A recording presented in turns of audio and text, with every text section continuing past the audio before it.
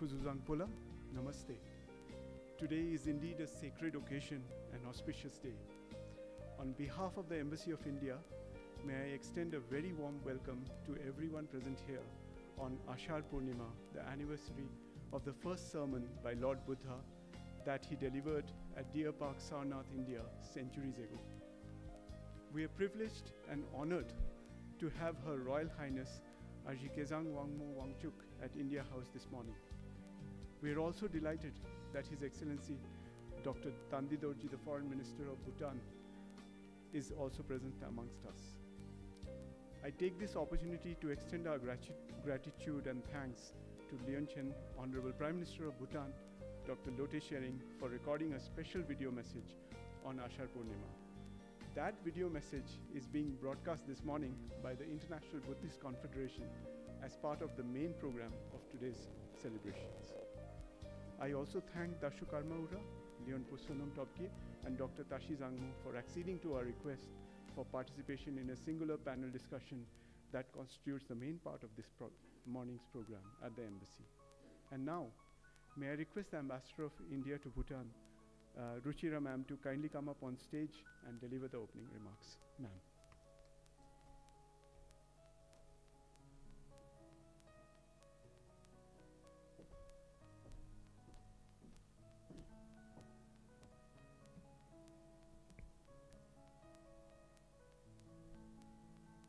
Your Highness, Princess Ajit Kezang Wangmo Wangchuk, Dr. Tandi Dorji, Honorable Foreign Minister of Bhutan, Dashu Paljor Dorji, Special Advisor, National Environment Commission, Dashu Karma Ura, President, Center for Bhutan Studies and GNH Research, Linpo Sonam Tobge, former Chief Justice of Bhutan, Dr. Tashi Zangmo, Executive Director, Bhutan Nuns Foundation, distinguished guests.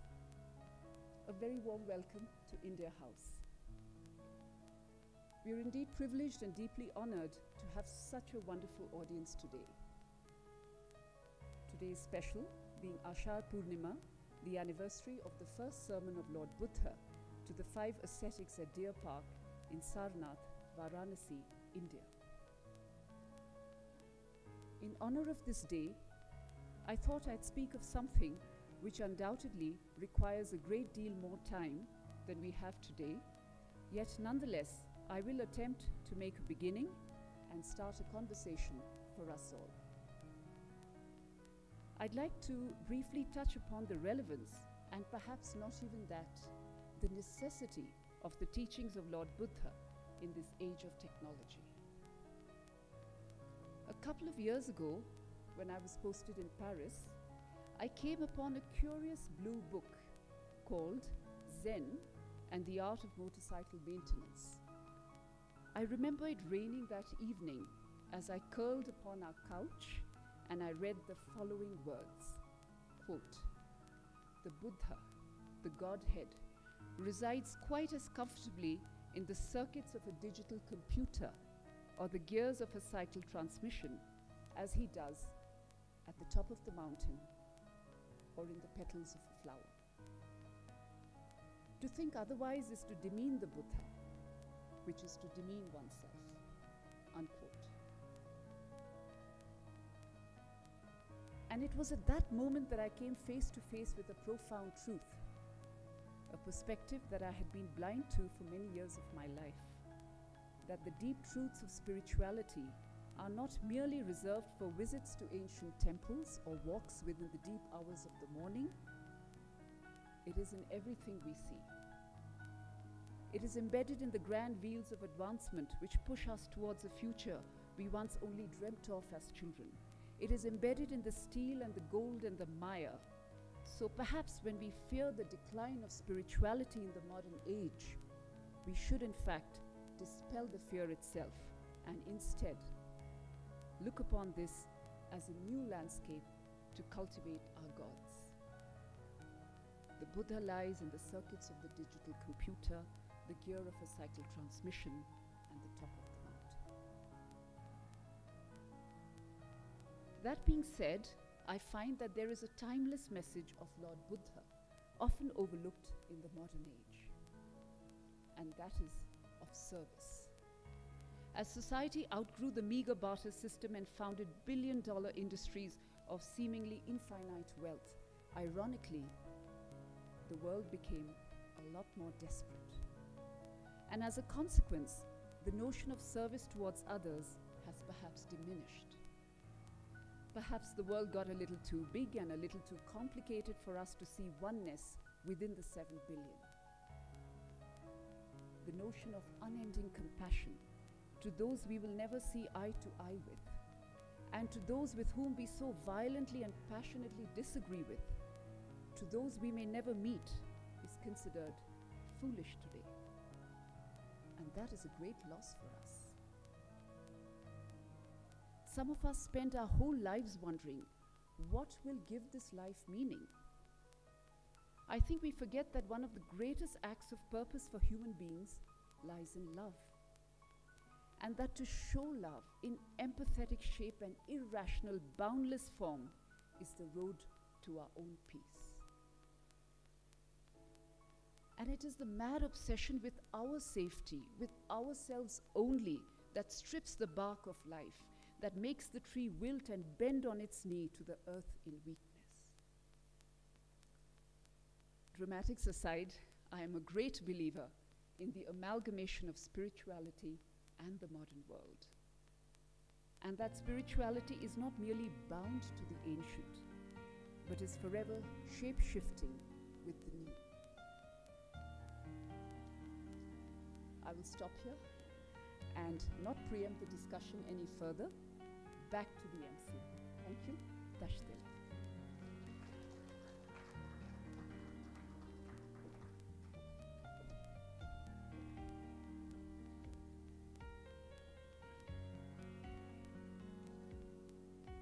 Thank you, Ambassador Ma'am, for reminding us about the importance of service towards others, unending compassion, empathy and love, as well as the importance of maintaining spirituality and the modern world. Now, it is my pleasure to hand over today's program to our keynote panelists, Dr. Tashi Zangmo, Dasho Karma Ura, and Leonpo Sonam Tokte. So I would request Dr. Tashi Zangmo to kindly start the proceedings. Thank you.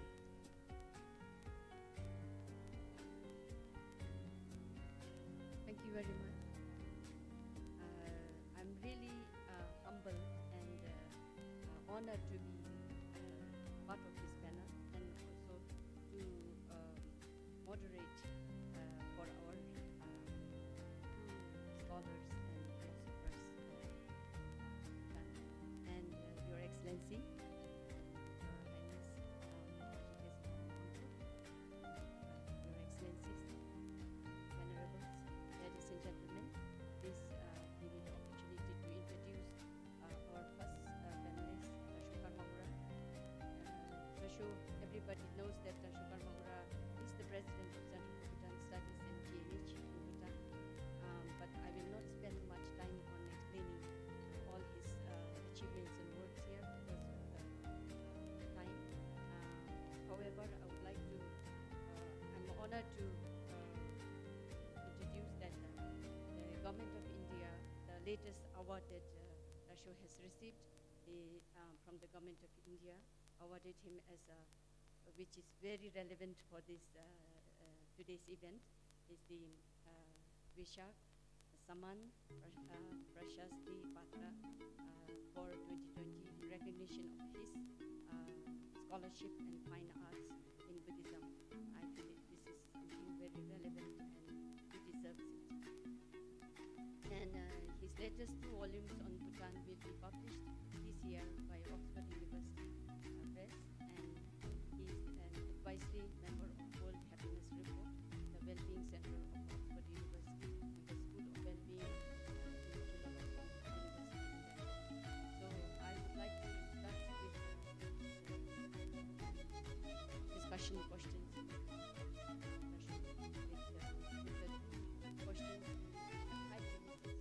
With the questions.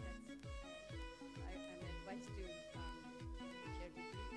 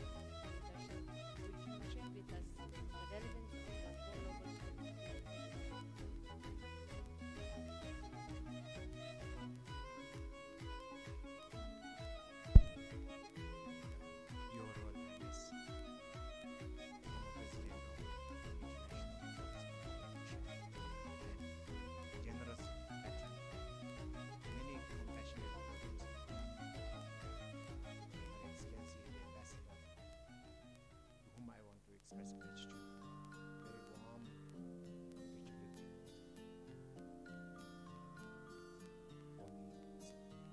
citation of Honorable Prime Minister Dr. Rishi.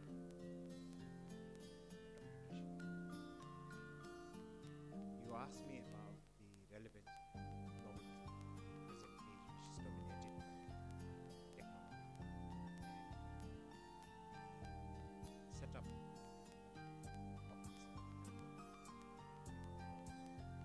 Way we came here by technology, or illustrate the way we are investing in technology.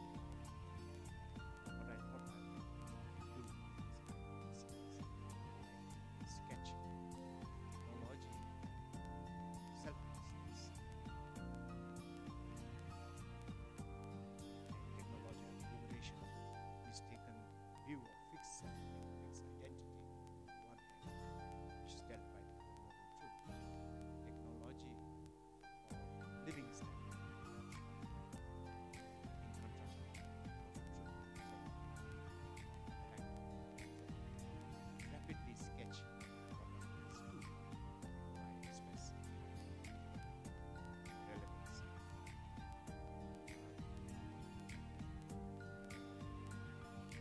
I mentioned the technology of selflessness, liberation, distinct view of the self.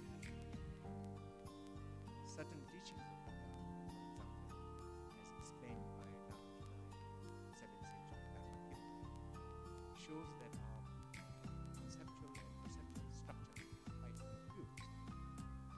Because after perceiving it at some point, the interpretation of what is perceived as an external object is really inverted, confused by basic affective framework we employ to see the world according to desire, pleasure. We are further under the haze of confused fixed identity of self, which only is dropping negation.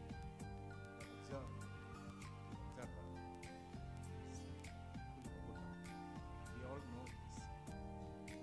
Underlying this is marks of resistance, which is dissatisfaction. This is briefly about technological selflessness. Now let me come.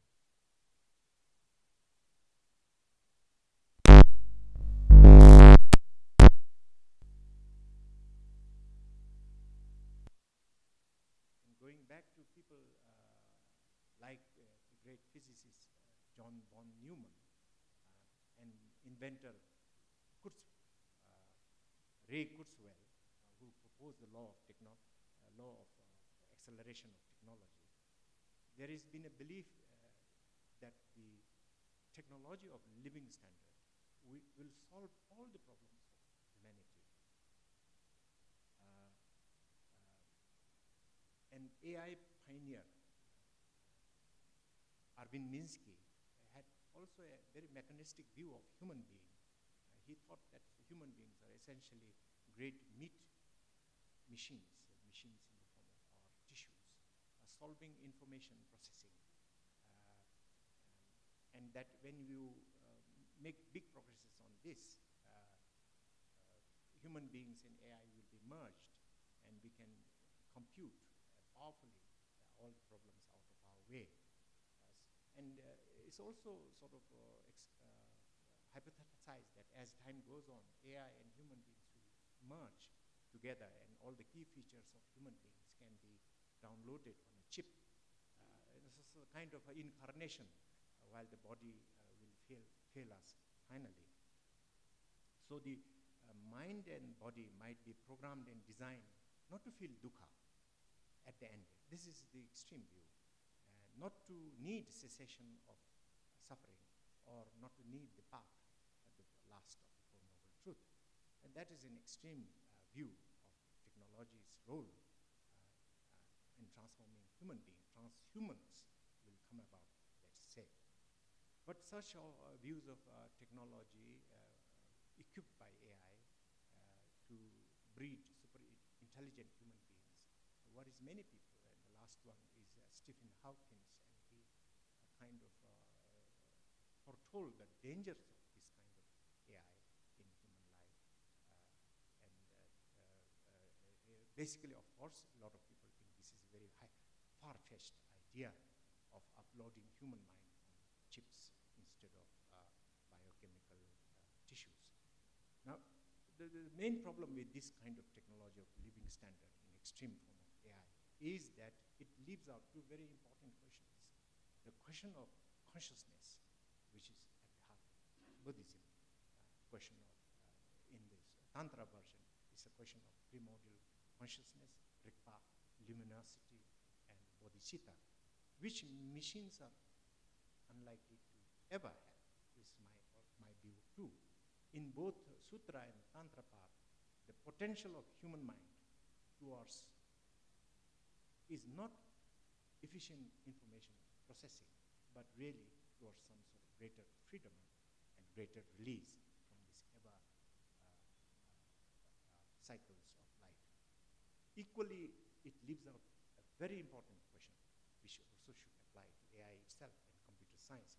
That's the question of intentionality and the question of ethics, which should, of course, affect all spheres of human life, whether it is economy, politics, international relations, etc., etc.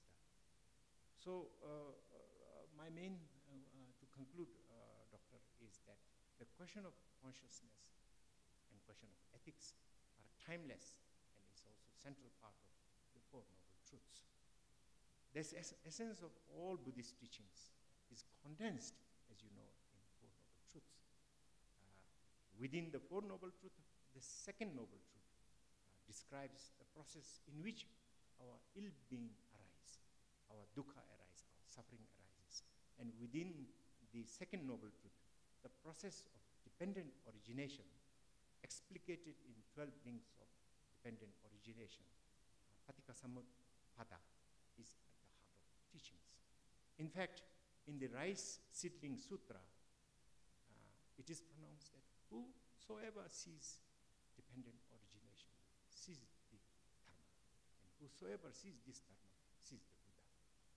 So, to conclude, not only the first truth of the first and the second Noble Truth are timeless, cessation of dukkha and the path out of cycle of dukkha are truth accessible from outside of time. For every historical period, teachings of Buddha had responded in different forms, in different schools, in different places. And I like to end here by pointing out that in this age too, the impact of Buddha's teaching found in Satinapatha Sutta. This is a sutra about mindfulness. And Anapanasati Sutra, dealing with breathing, breathing meditation, has enormous impact. This is the Pali version of the sutra, but the Agarma Sutras are the Chinese version, directly translated from oral sources that was floating in northern India. So I'm referring to the Pali version. So we are living now in an age of facing issues bigger than individual sufferings of birth, aging, and of course death and annihilation. From all the probabilistic forecast, Earth we know, and I think this will come home to Rashopalja Dorji, the Earth we know is dying and it's been suffering greatly over the last 1 century. And I look forward to the leadership of both India and Bhutan and their profound relation to respond internationally also to this as Buddhist. Thank you. Thank you, Dasho. I really agree with you that the Buddha's teaching is very much relevant even in today's world, and also it's believed to be evergreen, actually, that there is no time for that.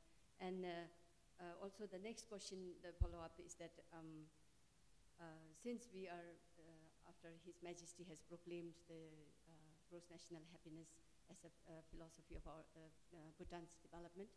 How much do you think that the Buddhism has influence in gross national happiness? So my answer to this will be very short because GNH is a cliche here, so I don't want to prolong this. Whether we call it Buddhist teaching or not, I would like to say the truth of the Buddhist teaching pervades the whole world. They know some aspect of it is very applicable. I like to think of Buddhist teaching in the analogy of sunlight. And sunlight pervades the whole space, whether the space is dark or light. Let's say it is dark, but the sunlight is always present, and it is recognized when it is received by an obstructing object which reflects the sunlight. So it's something like that also in my mind. I like to think that the light of Buddhist teachings in its various forms, as I just referred, and in its various schools, touches important aspects of Buddhism since it's been here almost now, sort of gurus stepping in, and even before that, from 6th century onwards, due to the Bodhisattva works of emperors like Songtsen Gampo. In this respect, I'm sure that the fourth king, His Majesty Jigme Singye Wangchuk, the author of GNH, have certainly been influenced by the culture of Buddhism in which he was brought up in a deep way, and that it influenced his conceptualization of gross national happiness.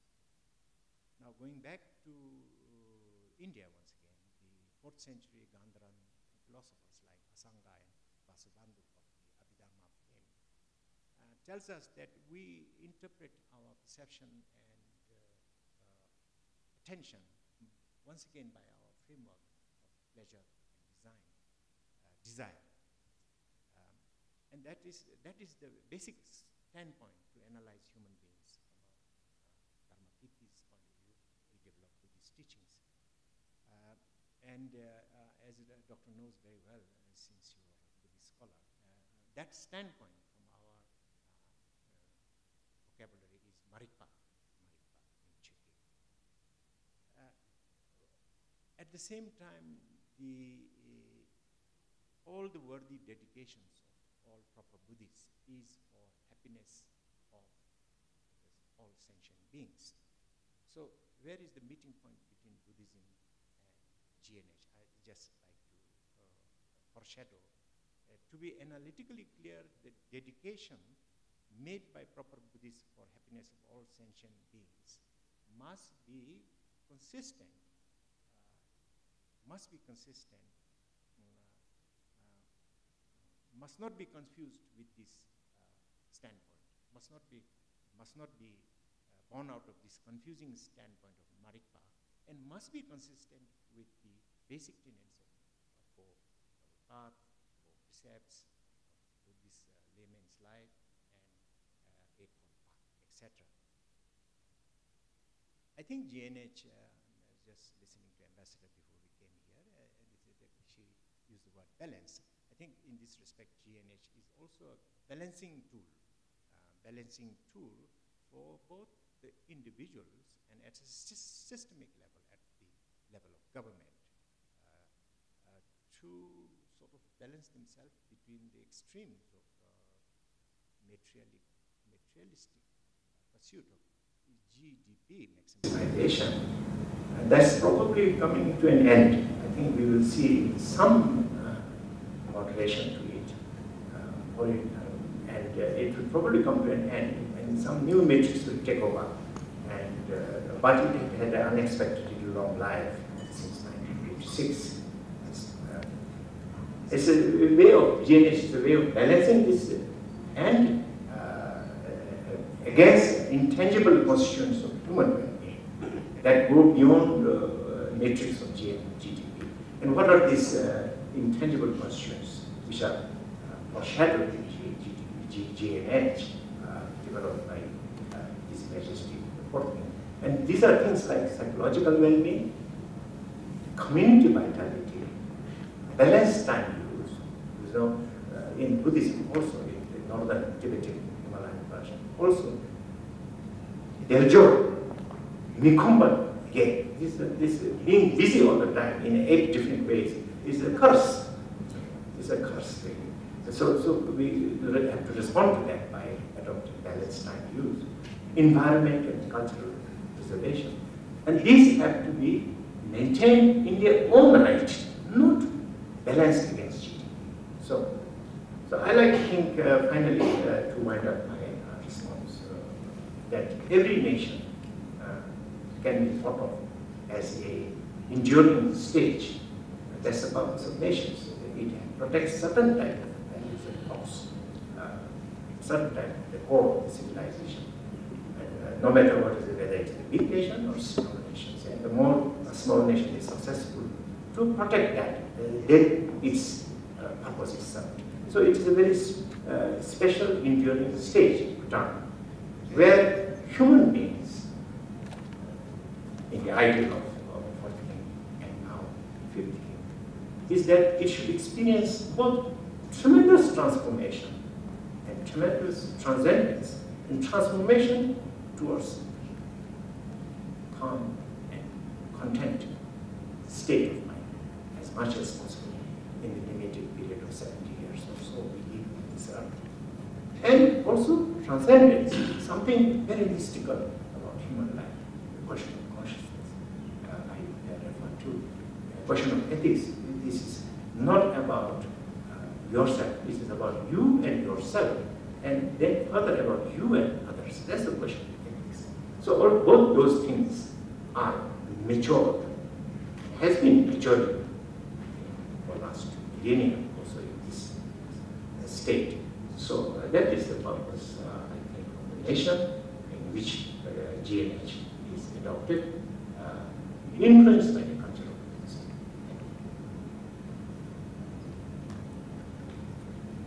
Thank you very much, Rashok. I don't have at the moment any questions from my side, but I will offer the public at the end. I think we'll save the questions from the audience at the end for two of our panelists. And then I'll move on to continue. I'll move on to His Excellency Lepo Sonam Tokye,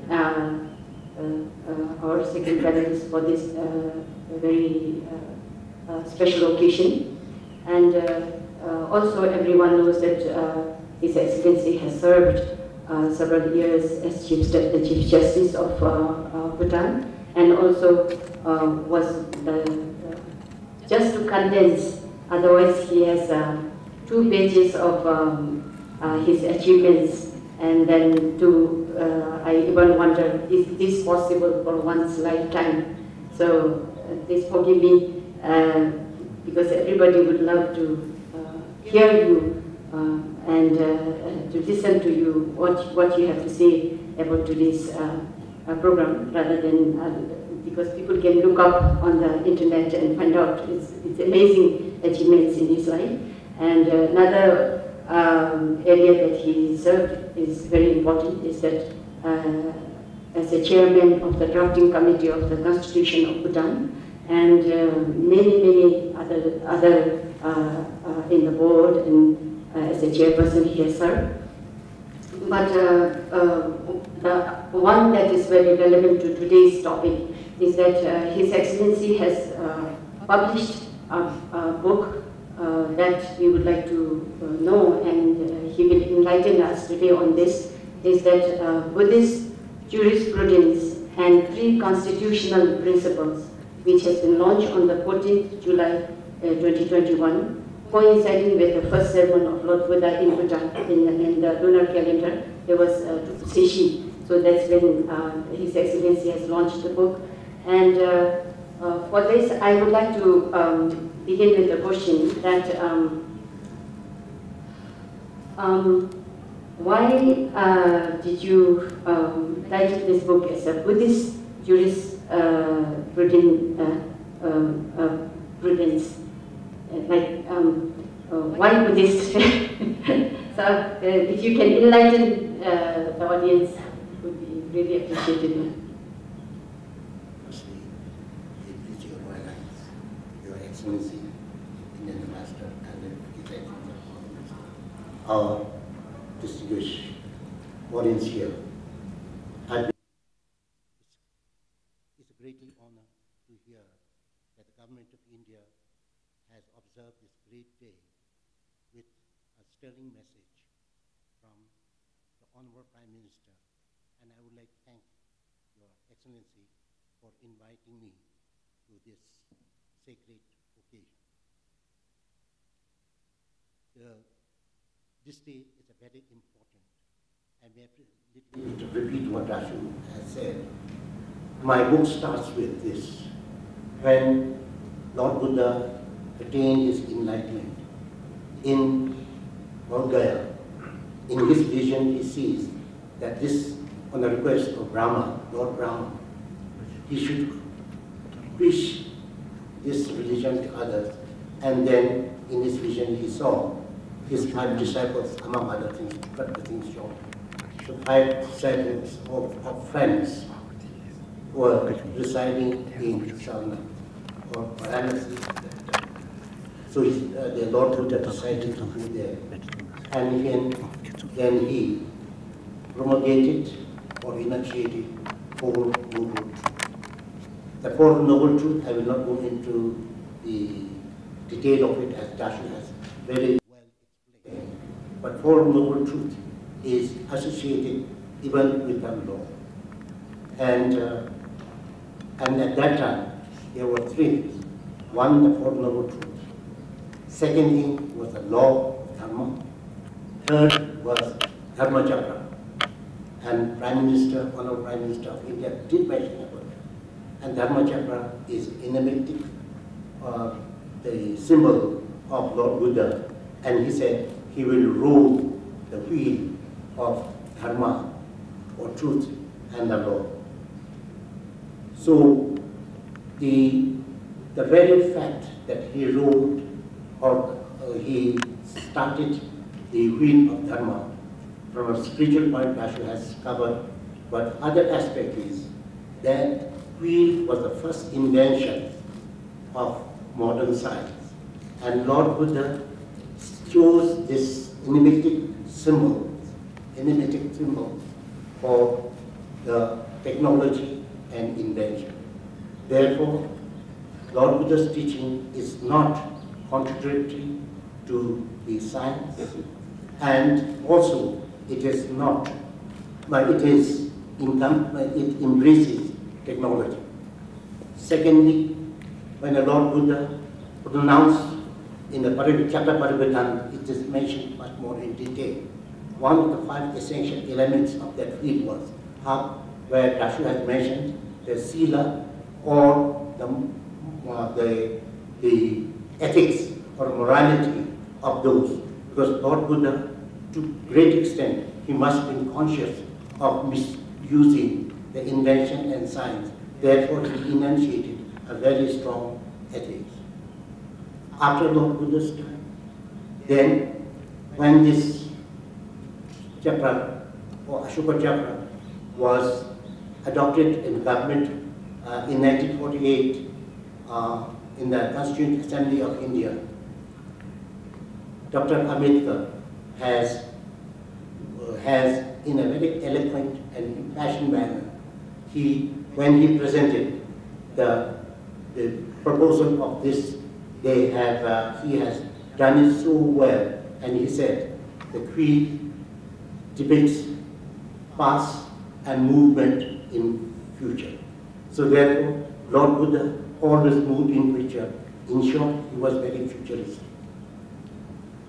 And so, in my book, I start with this, I go to Benares to promulgate the laws and Dharma Chakra there. So that's why I choose that symbol. And moreover, it depicts the very fact. Secondly, Lord Buddha was never against technology and others. Number one was that when the Enlightenment age of Europe was groping and also against science and technology. At that time, Lord Buddha was much, much ahead of others. One of the principles that Lord Buddha embraced was the block printing, and he embraced it. He did not say that it should continue in an oral tradition. In short, he was very embracing in the technology. And now also, in Bhutan, we have adopted technology in consonance with Buddhism. In the prayer wheels turned by water, prayer wheels turned by wind, these are the purposeful or positive use of the Dharma. Secondly, coming up to the point of my law jurisprudence, I had to choose this word very carefully. A, that it should be encompassing. B, that it should be able to transmit a message, what the book contains. Third, it should be able to understand more easily by others. So the word jurisprudence is not a new idea, but an idea which fits in with according to the international concepts and others. And Lord Buddha was never against the convention. So in consequence that I choose that word, the Buddhist jurisprudence.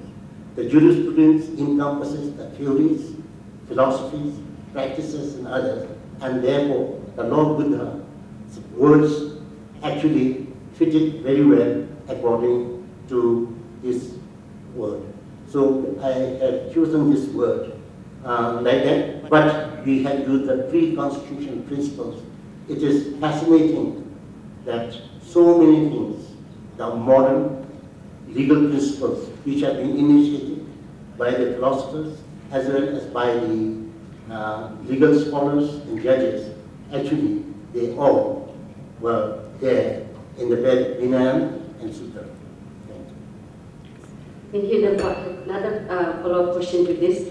I'm not sure how many of our audience knows about this, but I have heard and I have always been wanting to ask these questions. When you were serving as a Chief Justice in the High Court, I believe you often used to refer to the Tripitaka, one of the Tripitakas of Buddha, Kanjur. You used to be always referring and reading. So could you tell us a little bit about the connection between the Kanjur, one of the Tripitakas, and the law of, these days law? How can you relate these two? I was inspired by there was His Holiness J. Kempo. He mentioned that there is a sect, there is a priest in the Tripitaka, there is about the law. All of us thought that Kanjur was basically, or Tripitaka, was basically a religious discourse. His Holiness said otherwise. Secondly, Albert Einstein also said, if in the age of technology and science, if any religion can survive, or nearest to it, it is Buddhism. So it is in this connection that I felt if it is relevant to science and technology, it must be relevant to law. So we have done that. But I don't want to talk about Supreme Court. That's a past that I don't want to look back. But the reason why I looked into it is because of three reasons. One, whenever we enact laws, we do transportation of ideas from outside. In other short, we copy what is happening in Western countries. In India and in Bhutan, but in India in particular, in Bhutan, Buddhist, Lord Buddha, and only Hindu jurisprudence, there's obvious examples that are related or semblance to the Western jurisprudence. So we looked into it. That was the first reason that we should look into the past, for our root is in the past. If the Lord Buddha said, you should be like unto the trees which grows which grows deep in the soil and gives shade to all others. So I think the root we preserve. Second thing is that if it is done, it is more easily accepted. And I don't want to go into details about it. When I said about due process law or fair trial, a lot of people said it's a foreign idea. But when I said it's a ringiwa or damshe, people easily accepted it because it was an association of a spiritual life, deep thinking and veneration for the tradition that we had so inherited from the past. Third point is that His Majesty, the fourth king, always valued traditions and culture of our country, so that my country, and then following being obedience to that vision, I felt that we should be able to do as much as possible, try to take from a Buddhist concept and merge with the international concept. And I think that we have done. And in this context, if you read the book as well as some of the scholars, particularly I have to keep on Dr. Ambedkar. When Dr. Ambedkar presented, I hope Your Excellency, I am not making mistake, when he presented his draft of the Constitution to the Parliament of India, and he said, liberty, freedom, liberty, fraternity. And some of the opposition said it's a foreign idea. Obviously, this was done by Robespierre's idea he initiated. He said, no, no, no. I have not copied any of these from any of the Western countries or the philosophy. I have based my writing on Buddhist law. And if you read that, his presentation or his speech to the Parliament, it is most wonderful. Therefore, thank you so much. And I would like to open the floor for questions for our two panelists. One each question. I think we have time for one each.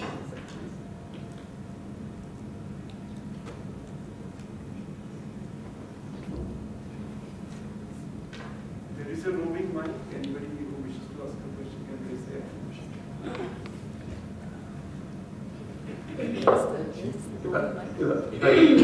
While people are thinking about the questions, I'll give Tashakarma Udo to. I think I just want to, I just like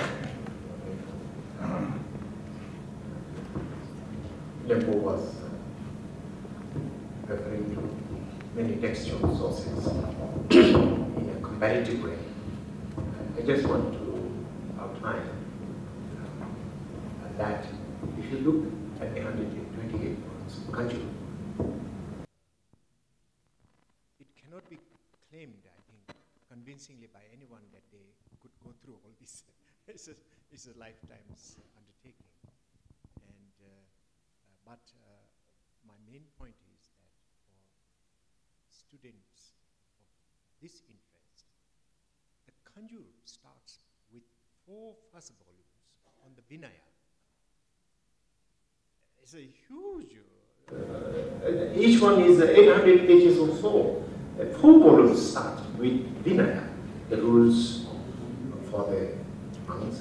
But when you define the rules for the monks, it inevitably has to touch with rules for what is 9 months. So I like to say that it could be potentially very interesting undertaking for someone to study all the developments of this kind of discipline from Vinaya. Lempo knows very well that comparatively speaking, this could be perhaps quite old. A lot of the, I was dabbling in it. I was just snooping, dipping around it without reading thoroughly. And I am amazed that it reads a bit like Socratic dialogue.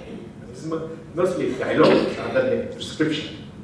And you have, of course, Justinian, Constantine, and you have China also, Confucian, legalism versus authoritarianism, a lot of material. But if someone could place the Vinaya in this secular framework is pretty quite interesting. I like to say that the first codification, people make a mistake, in my opinion, always trying to sum up the situation by the text. But many societies don't have text. They go on with another kind of ways of holding on to truths of the past, lessons from the past, learnings from the past, through other means. So it was quite delayed, I think, in our case. So the decree of Shadow, that was definitely codified in 1731, is heavily influenced by some aspects of Vinaya, heavily influenced. Very interesting in my opinion. But my main point is that the antiquity of Vinaya shows something that's brilliant about the organization. Of course, monasteries are also kind of organization. So when you say organization, you have to have rules because you're dealing with mass of people. And how Buddha's thoughts on this were codified after 5 centuries in Vinaya. To me, is a great work to be done. I refer to Satyanapata Sutra and Manapana Sutra. And for the audience, I submit that the work of Bhikkhu Analaya is extremely fascinating book on critical comparative study of Agama Sutra, Pali, the Indian and the Tibetan sources. So, thank you very much. Yes, thank you, Dasho. I absolutely agree with Dasho, and also especially our teachers, for some reason, our teachers or our traditionally our people think that these are very sacred texts to be preserved in the shelves and never to look at it. Or especially Vinaya, when it comes to Vinaya, we don't discuss. Since I work with the nuns, I know so because our nuns, they have never even looked at the Vinaya, which is, in a way, it's a pity that everyone should read, and it's really to research. And fortunately, actually in this day and age, Jamin Kinsarimbuchi has started translating it into English too, so that it's accessible to everybody in the whole world, because it's so relevant. So that's why I brought up this, because I've been trying to ask this question about country to His Excellency. And also it takes you back to those days. And while you are today sitting in this, on this chair, it will take you back to those days when you read. It's such an amazing communication between the people, Buddha's time and now. So that's why it's really fascinating to me, and I hope we can, instead of keeping it as a sacred, we will take an opportunity to read and read Kanjur. At least it's the Buddha's teaching. It's from the words of the Buddha, the community of the Buddha's students after he passed away, that they came together and put it into writing. So it's really amazing. Thank you so much. So anybody has any questions? Thank you, Yuntu and Rasha, for inspiring discussion. Like Dr. Tashi, I was also fortunate to be in India and complete my studies from BHU and even Bhutan. And during when I came back to Bhutan, then I attended Kumbh, Buddhist conference presided by the Prime Minister of India, Shri Narendra Modi. These few years, I found that the Prime Minister of India has been giving a great inspiration and initiative to the Buddhist community, and that's also which is the root philosophy of India, which is very important that India knows that. And I just want to know the Rinpoche and Dasha's view on the initiative, strong initiative given by the Prime Minister of India That really, we feel really fortunate and proud. Thank you.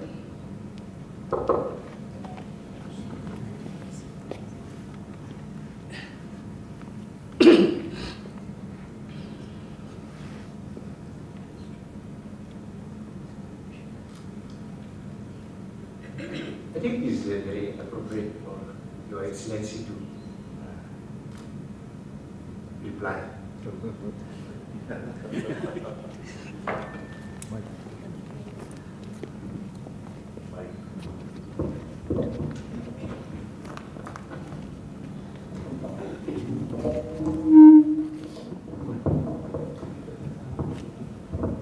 Thank you very much,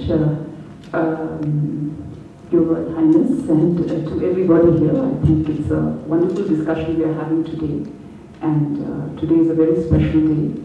So I think it is appropriate that all these points are raised. I was very happy to hear Dashukar Maura and also Limpo Sonam Topke. They made some very interesting points. So my compliments to you. I also think that what Limpo Sonam Topke mentioned was a great interest to me, and it was knowledge also to me that,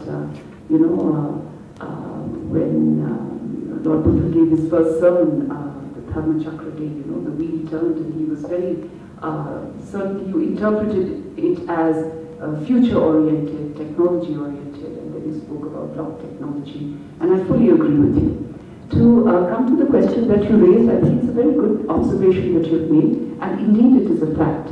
The current Prime Minister of India, Shri Narendra Modi, has deeply emphasized India's very rich Buddhist heritage. And to give you just one tiny example, because Dashukar Maura pointed the question towards me, very recently in one of his statements, foreign policy statements, he has said that among the chief tenets of India's foreign policy, we also draw upon our very rich Buddhist heritage, which is why in foreign policy positions that India takes, there is no extreme statement that we make, no extreme positions that we take. We are a voice of moderation, we are a voice of reason, and that is why in global fora, in the United Nations and other multilateral fora, when India speaks, people respect India, because India speaks not just for itself, but it speaks for the world, a voice of reason, a voice of moderation. And the Prime Minister, in fact, drew attention to this, and he said that this position that India takes is draws back, harks back to our very rich and strong Buddhist heritage. And there are many, many other examples where the Prime Minister has personally been involved in drawing attention, in reviving India's rich Buddhist heritage. And I compliment you for that observation, because it is indeed correct. And it is also one of the reasons why we are here gathered today in this discussion.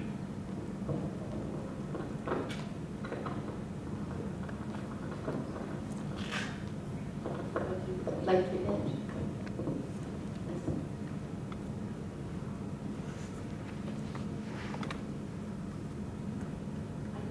I think this is it for the discussion. No. She's looking somewhere. I think this is it, unless you want a few last points to share. Otherwise, I think it was a very enriching, wonderful discussion we had this morning. Thank you so much for the opportunity. I definitely enjoyed, and thank you all.